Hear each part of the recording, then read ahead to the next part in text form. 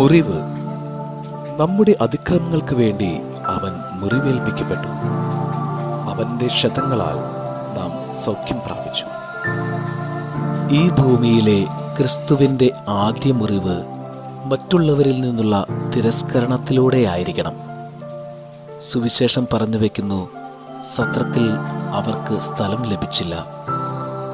ഈ ഭൂമിയിലെ എല്ലാം ജീവിതത്തിൽ ഉൾക്കൊള്ളിക്കുമ്പോഴും ദൈവമേ, നിന്നെ ഉള്ളിൽ സ്വീകരിക്കാതെ തിരസ്കരിച്ചു കളയുന്ന നിമിഷങ്ങൾ ഏറെയാണ്.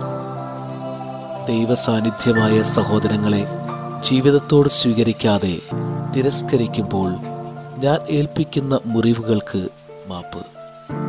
മറ്റുള്ളവരിൽ നിന്ന് ഞാൻ ഏൽക്കുന്ന തിരസ്കരണം ദൈവകൃപയുടെ സാധ്യതകളാക്കി മാറ്റി ക്രിസ്തുവിൻ്റെ മുറിവ് ഏറ്റെടുക്കുവാൻ എന്നെ പഠിപ്പിക്കണമേ.